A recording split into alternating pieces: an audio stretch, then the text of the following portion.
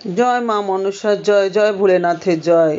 নাগপঞ্চমীর দিন শিবলিঙ্গে দিন এই জিনিসটি, তাহলে আপনাদের জীবন থেকে কালসর্পদোষ চলে যাবে। তাছাড়া ওই নাগপঞ্চমীর তাৎপর্য গুরুত্ব কি আছে আর নাগপঞ্চমীর ব্রত কথাটা অবশ্যই এই ভিডিওর মাধ্যমে শ্রবণ করে নেব। চলুন বন্ধুরা, আগামীকাল 29শে জুলাই নাগপঞ্চমী, অর্থাৎ নাগ দেবতাকে খুশি করার দিন। ভোলেনাথের মাথায় যে নাগ থাকে সেই নাগকে আপনারা পুজো করুন আগামীকাল 29শে জুলাই মঙ্গলবার।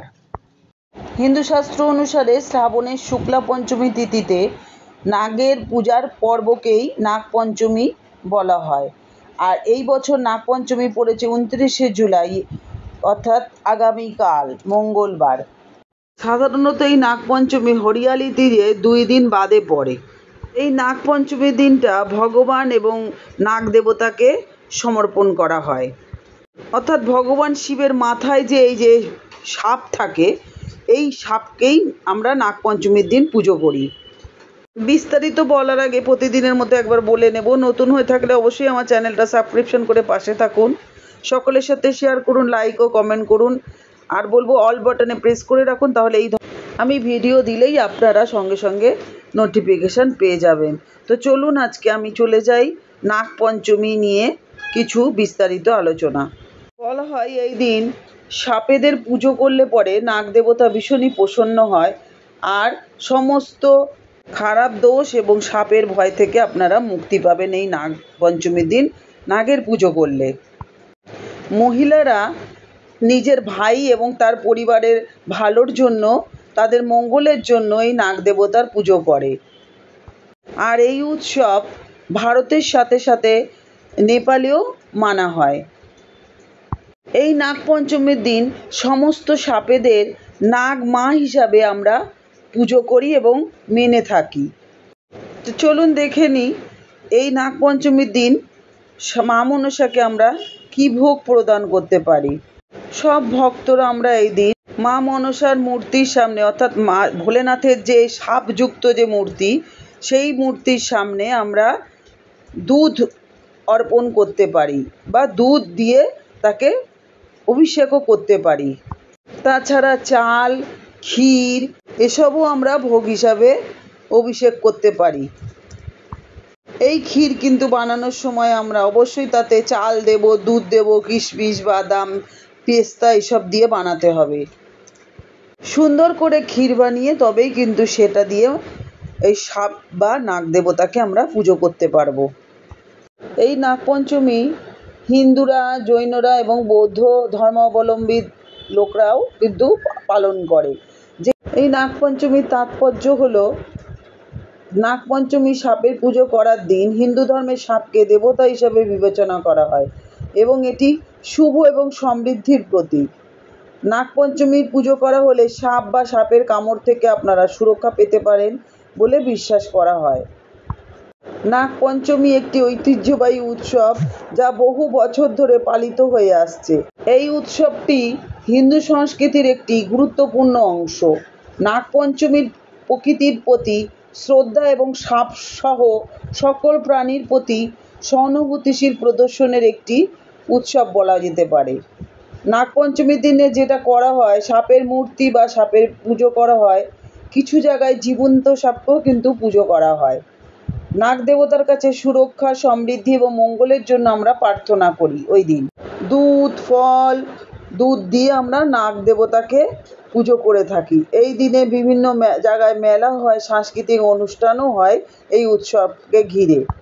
এই দিন আমরা রূপো, পাথর, কাঠ বা সাপের ছবি দিয়ে তৈরি নাগকে আমরা দুধ দিয়ে শ্রদ্ধা ভরে স্নান করাবো, মানে অভিষেক করাবো। ভোলেনাথের মাথার শিবকেও আমরা অভিষেক করাতে পারি এই দিন। এই দিনে দুধের যা কোনো কিছু দিয়েই আপনারা নৈবেদ্য দিতে পারেন, মানে ক্ষীর তো বললাম, তাছাড়াও এমনি দুধ কলাও আপনারা দিতে পারেন, মানে দুধের নৈবেদ্য দেওয়া যায়। আর এই দিন বিশেষ করে কোবরা যে জাতের সাপ আছে, কোবরা সাপের পুজো করা হয়। এবার সোজাসুজি ব্রত কথায় চলে যাই। নাগপঞ্চমীর যারা ব্রত করবেন অবশ্যই এই ব্রত কথাটা শ্রবণ করে নেবেন, তাহলে কিন্তু ব্রতের ফল আপনারা ঠিকঠাক পাবেন।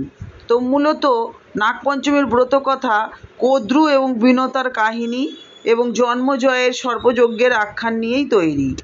কিংবদন্তি অনুসারে কদ্রু এবং বিনতা নামে দুই সপত্নী ছিল। কদ্রুর পুত্র ছিল সাপ এবং বিনতার পুত্র ছিল গরুড়। একবার কদ্রু ও বিনতা একটি ঘোড়ার রং নিয়ে বাজি ধরেন। কদ্রু ঘোড়ার লেজকে কালো রঙের প্রমাণ করার জন্য তার পুত্র সাপেদের সেখানে থাকতে বলেছিলেন, কিন্তু সাপেরা তা করতে অস্বীকার করে।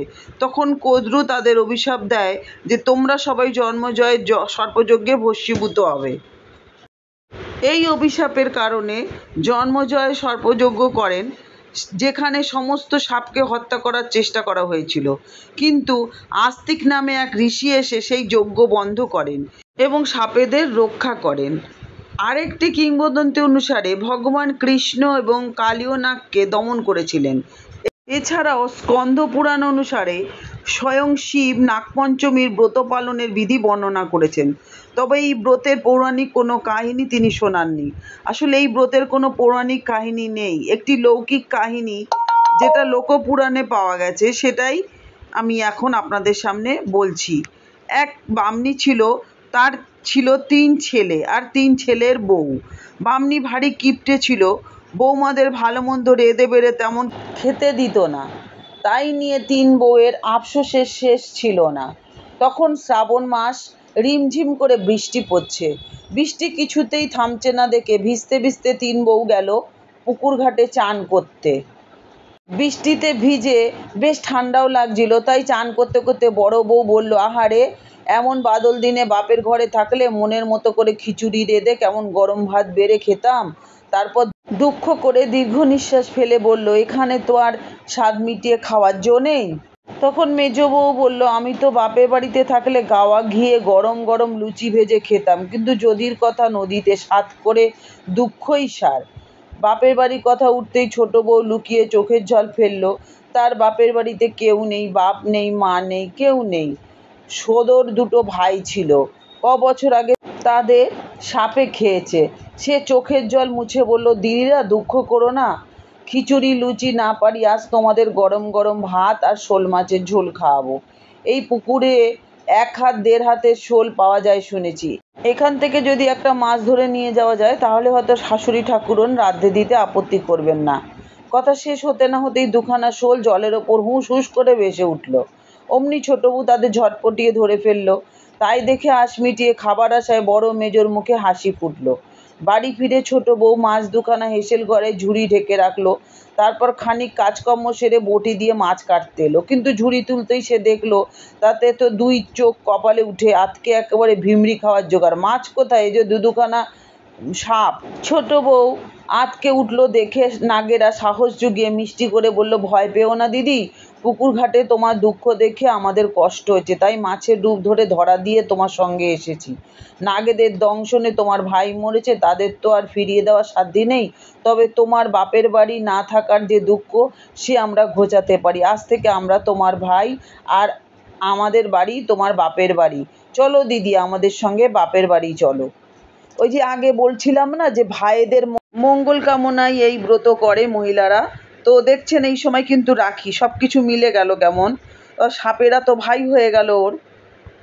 নাগেদের অমন আন্তরিক মিষ্টি কথায়, বাপের বাড়ির কথায় কথায় ছোট বউ যেন কৃতার্থ হয়ে গেল। তার মনের মধ্যে এমন এক ভাব এলো, এক কথায় সে নাগেদের বাড়ি যেতে রাজি হয়ে গেল। নাগেদের বাড়ি স্বর্গপুরে, সেই যেখানে দেবী বিষহরীর বাস। নাগ ভাইরা ছোট বউকে সেই স্বর্গে নিয়ে গেল। সেখানে মা মনসাকে চোখের সামনে দেখতে পেয়ে ছোট বউয়ের আহ্লাদের আর সীমা রইল না। গলায় কাপড় দিয়ে সে মা মনসাকে নমস্কার করলো। মা তার ভক্তিতে তুষ্ট হয়ে বললেন, বাছা, তুমি এসেছো, এতে আমি খুশি হয়েছি, যতদিন ইচ্ছে হয় তুমি এখানে থাকো। ওর তো বাপের বাড়ি ছোট বউয়ের ওটা। ভাইদের পেয়ে, মনসা মাকে পেয়ে ছোট বউয়ের আনন্দের সীমা রইল না। মা নিজের হাতে রেঁধে বেড়ে নাগ সন্তানদের খাওয়ান, ছোট বউকেও খেতে দেন, নিজে খান, এমনি সুখে যায়। একদিন মা মনসা ছোট বউকে ডেকে বলল, মর্তে পুজো নিতে যাচ্ছি মা, ভাইদের খেতে দিও ও নিজে খেও। ছোট বউ ঘাড় নেড়ে বলল, আচ্ছা। মা মনসা তখন চলে গেল। খানিক পরে নাগ ভাইদের দুধ খাবার সময় হলো। পাত্রে বেশ খানিকটা ঠান্ডা দুধ ছিল। ছোট বউ ভাবল, গরম দুধ খেতেই বেশি ভালো লাগে, তাই একটু গরম করেই ভাইদের খেতে দিই। দুধ গরম হলো, কিন্তু নাগেদের সেটা খেতে দিতেই মহা বিপদ ঘটে গেল। গরম দুধ খেতে গিয়ে নাগেদের জিভ পুড়ে গেল, কারো ঠোঁট পুড়ে গেল, কারোর মুখ পুড়ে গেল। কেলেঙ্কারির এক শেষ হলো। আর তাতেই ছোট বউয়ের ওপর নাগভাইরা ভয়ানক রেগে গেল। রাগে হিস হিস করতে করতে তারা ছোট বউকে কামড়ে একেবারে মেরেই ফেললো নাগেরা। মা মনসা পুজো নিয়ে ফিরে এসে ছোট বউকে মরে থাকতে দেখে হায় হায় করে উঠল। তারপর নাগেদের জিজ্ঞাসা করলো আসল ঘটনা, জানতে পারলো সাপেদের থেকে। সব শুনে স্মিত হেসে মনসা বললেন, বাছারা, তোমরা স্বভাব দোষে রাগ করেছো। সব দিক থেকে ভেবে দেখলে তোমরা রাগ করতে পারতে না। দুধ খেয়ে যাতে তোমরা স্বাদ পাও তার জন্যই তো তোমাদের বোন দুধ গরম করে দিয়েছিল। ওতে তো তোমাদের প্রতি বোনের ভালোবাসাই আমি দেখতে পাচ্ছি, অথচ তোমরা দেখতে পেলে না। স্বভাবের ক্রোধ যদি বশে না থাকে তাহলে অপরিণামদর্শিতা আসে, আর তার থেকেই সংসারে অনর্থ ঘটে। মনসা সস্নেহে মৃদু ভৎসনায় নাগেরা নিজেদের ভুল বুঝতে পারল। ভুল বুঝতে পেরে তাদের দারুণ অনুশোচনা হলো। মায়ের পায়ে পড়ে তখন ছোট বউকে বাঁচিয়ে দেওয়ার জন্য কাকুতি মিনতি শুরু করে দিল মায়ের কাছে। তাদের এই ভাবান্তরে দেবী খুশি হলেন, ছোট বউকে বাঁচিয়েও দিলেন, তাদের অপার কৃপায় ধন্য করলেন। দেবীর কৃপায় ছোট বউয়ের সোনার সংসার হলো, কোল ভরে ছেলে এলো। নাগ ভাইদের সঙ্গে আর কোনোদিন রাগারাগি বা ভুল বোঝাবুঝি হলো না। ছোট বউ যেদিন নতুন জীবন পেল, দেবীর কৃপা পেল, সে দিনটা ছিল শ্রাবণের পঞ্চমী তিথি। সেই কৃপার কথা মাথায় রেখে মর্তে ফিরে ছোট বউ এই দিনটিতেই দেবী এবং নাগ ভাইদের বন্দনা করতে নাগপঞ্চমীর ব্রত করা শুরু করলো। তার কাছ থেকে ব্রতের কথা এবং দেবী মাহাত্ম্যের কথা শুনে ধীরে ধীরে ব্রতটি একসময় ঘরে ঘরে ছড়িয়ে পড়ল। অথ নাগপঞ্চমীর ব্রতকথা সমাপ্ত। তো বন্ধুরা, যারা ব্রত করবেন কালকে অবশ্যই ব্রতকথাটা শ্রবণ করবেন, আর ভালো লাগলে সকলের সাথে শেয়ার করে দেবেন, কারণ এইটা সবার প্রয়োজন হতে পারে যারাই ব্রতটা করবে।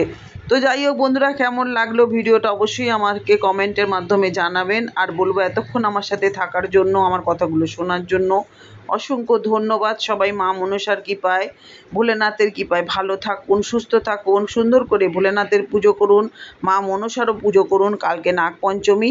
তো আজকে আসি, আবার দেখা হচ্ছে নতুন আরেকটা ভিডিও নিয়ে। জয় মা মনসা, জয় ভোলেনাথ, সকলকে ভালো রেখো।